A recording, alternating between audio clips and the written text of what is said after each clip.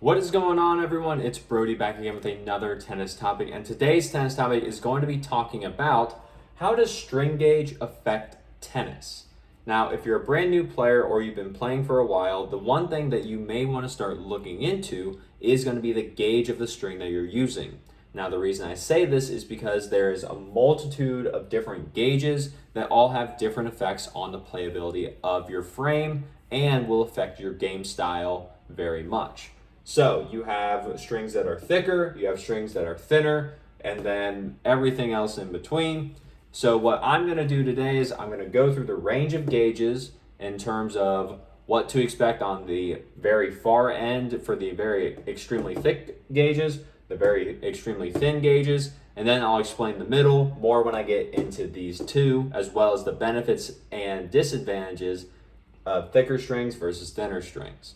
So, with that being said, everything I'm going to talk about today is going to be based off of just strings in general. This is not focusing on, say, polyester strings. This is not focusing on multi-filaments, natural guts. This is just general string knowledge that I have grown and found over my 7+ years of working with and recommending tennis strings and tennis gauges to other people who are wanting specific things out of their racket. And so everything I have found here is my own personal thoughts and opinions on this. If you have any more questions or you have any comments as well, please leave them down in the comments below so that we can talk about them and just get the information out there from the people that have it to the people that need it. And we can all just better benefit from this rather than just get hurt because we don't know what we're using for our gear. So anyway, with that being said, now let's get started. So the first thing, like I said, I'm going to do is I'm going to go over the range of gauges. So the basic range, you have a 15L, which is the thickest gauge, to a 20 gauge and this is the usual like largest range I have seen. And so what this means is 15L is going to be the thickest, 20 gauge is going to be the thinnest. I know it's a little bit weird having the bigger number be the thinner string, but that's what they did, so we're going with it. Now, along with this 15L through 20 gauge, you have a multiple of different things here and in between. I have right here every single gauge of the string called Solinco Hyper G. So you have 15L, you have 16 gauge, 16L, 17 gauge, 18 gauge, 19 gauge, 20 gauge. There's a whole bunch. And there was one very important thing that you need to look for whenever you're looking at comparing different strings, especially from different brands and different companies. And that is going to be these numbers that I'm writing right here, 1.05. Now, many different string brands and string companies can just classify their strings as different gauges. However, if you look at this number, say 1.35 millimeters or 1.05 millimeters, in my opinion, that tends to be the best way to know what gauge or what thickness of string that you are going to get, because that is the most, I'll say, compatible to other brands and companies. So if you find one company like, say, this Solinco here, to where a 17 gauge string is a 1.20 millimeter, and then you go look at maybe a Wilson string to where a 1.20 millimeter is a 17L or an 18 gauge string, that's where you know, oh, there's a discrepancy, but this is something I should pay attention to because these two are going to be or play very similar if I'm comparing against these two brands. It's a quick tip to note, but it's something to definitely look into, especially if you're wanting a very similar feel, if you are going to be play testing a bunch of different strings, in my opinion. So now on to the thicker gauge strings. We have the 15L, like I said, the 16 gauge, and the 16L. And these are usually going to be seen as the thicker ones. Sometimes 16L can be considered a thinner one, but just for the sake of the video, I put it over here because this can sometimes be a 1.25 millimeter. Sometimes other companies will have 16L as maybe a little bit more than that. I've seen, I think, maybe once a 1.27. So be sure to check that 1 point whatever millimeter number when you're comparing strings. Now, With the thicker strings, these do tend to be a little bit more durable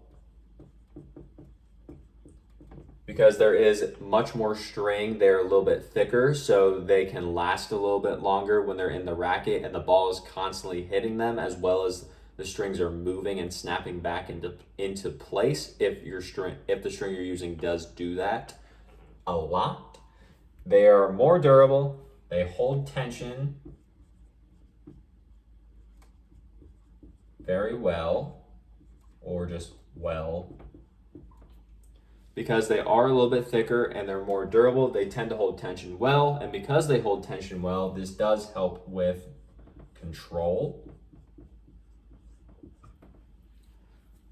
And because you have more control with a thicker string and it holds the tension well, you can usually use the string for a little bit longer than you would if you're looking at just a thinner string.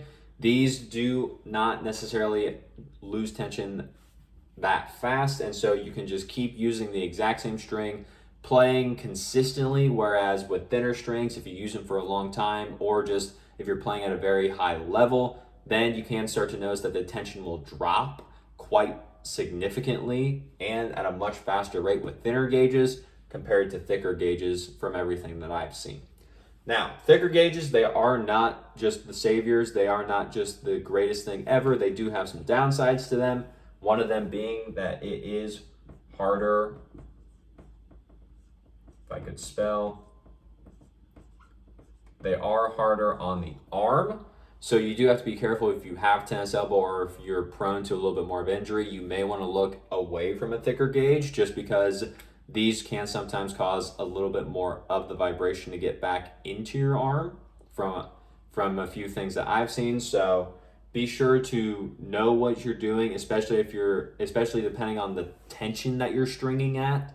That can also affect how the gauge that you may want to look into or just how the string is going to play. But just talking about the actual gauge of the string, the thicker ones do tend to be a little bit harder on the arm. And because they're a little bit harder on the arm, as well as they are going to be have more string material inside the racket, they tend to have a little less feel to them. The feel meaning that you're not as connected to the strings as you would like to be. That's where you can usually find where a thinner string will tend to take the cake, and it is going to be a little bit more of a just kind of like dead feeling, or just you don't necessarily know exactly where you hit the ball on your racket, on your string bed every single time if you go with a thicker string. Just from me play testing with it, as well as some other people that I've recommended and helped with find their strings, or that's what we have seen to be, that's what we've seen to find. If you have any ideas as well or any comments about it, please leave them down in the comment section below. But for now, we'll move on to the thinner strings. So with the thinner strings, you're usually looking at the 17 gauges. Very rarely will you find a 17L. I personally maybe have seen one in my entire time working with it, so I haven't seen many, but you'll usually find 18 gauge, 19 gauge, and very rarely do you find a 20 gauge because that is very thin.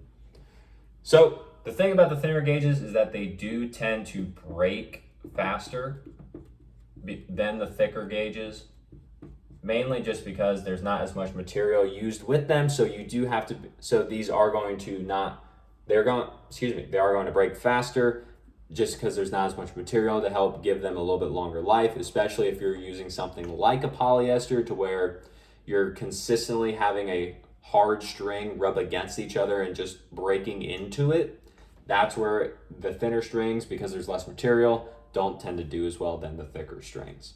And then because they do tend to break faster as well, one other thing that I've noticed just from playing with thinner gauges is that if you're playing with them, because there's less material, less for the actual impact to be absorbed into, these strings do tend to lose tension quickly or quick.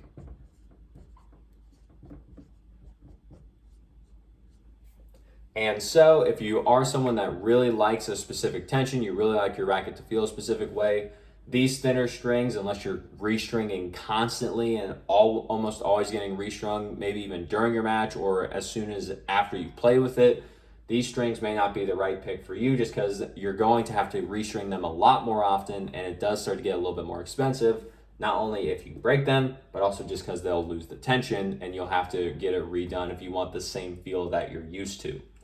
Now, while these are the downsides to thinner strings that I've found, the upsides can be worth it to some people. And so one of the upsides is that you get more help with power, can't spell, and spin. Now with power and spin, it's because you have a thinner string, and these strings tend to move around a little bit more freely and a little bit easier inside the actual racket string bed themselves. So this snapback does tend to allow a little bit more help with spin, as well as a little bit more help with the launch angle. Some people, depending on what string you're using, you can usually find different power levels to them. If you're using like a multi-filament or a natural gut, the spin you can usually find with the polyesters, but just in general, if you're looking at any of them, these can be a decent guideline to where if you're comparing, say, a 16 gauge and a 17 gauge, which tend to be the standard string gauges nowadays. So usually a 1.30 millimeter and a 1.25 millimeter. You can usually see and play test against each other, and you'll usually find that the thinner one has a little bit more help with power and spin. The thicker one will usually have a little bit more help with control. That's what I found. And if you have found something different, again, please let me know. But these ones also do tend to be a little bit easier on arm. That's just something I've noticed over playing with them. And I've had some people that I've worked with that they were using a 16 gauge multi-filament string, and there's like, this is still just a little bit too much for me. I was like, okay, well, if you like the string, but you're still having a little bit of problems, let's go down to a 17 gauge just to make it a little bit easier on you so the string isn't as harsh. They're like, okay, let's try it. They come back the next 3 weeks. They're not even there to get the racket restrung. They're just like, oh no, it's great now. I love this thing. It's like, cool. Works for you? All right. And then finally, with the thinner strings, they do tend to have a lot of feel. So with these, you do feel very connected to your string bed. You know where you hit the ball. You kind of get a little bit better idea where the ball is going to fly and how better to react, especially if you are going to just be playing, because you can tell where the ball is going to go and you can just kind of place it. I won't say you can place your shots because that's a little bit more on the control side, but you can just be more prepared for the next point because you can tell where your ball is going, what it's going to do, and have a little bit more of that feedback coming back to you just as you're playing with the string. So those are going to be the main key points that I want to talk about with thicker strings versus thinner strings. Now I have every single gauge of Hyper-G here, like I said earlier. And from here you have, for Hyper-G, you have the 15L gauge, you have a 16 gauge and a 16L. You also have over here on the thinner side, a 17 gauge, an 18 gauge, a 19 gauge, and a 20 gauge. Solinco is one of the few companies I've seen that goes all the way down to a 20 gauge, and that will actually make a 15L, which is the thickest. So if you're wanting to try one of these, Solinco's got the options for you in their polyester line, Solinco Hyper-G. So that is definitely something to maybe look into if you use polyester. Now, if you have arm issues, you should probably stay away from these. We don't want to inflame those, but if you don't, it may be a good one to try depending on what gauge you may be interested in. So with that being said, if you like the video, leave a like on it. Comment down below any more questions or any more comments that you have about string gauges and what you felt playing with them. I'd love to know what you're thinking about, as well as subscribe to the channel so we can grow the channel, get the information out there from the people that have it to the people that need it, so that we can get rid of the tennis misinformation in the tennis community. I saw a lot of it, and that's one of the reasons why I made this channel, so that we can get rid of all that and enjoy the game of tennis that we love so much more without having to worry about risk of injury from our gear.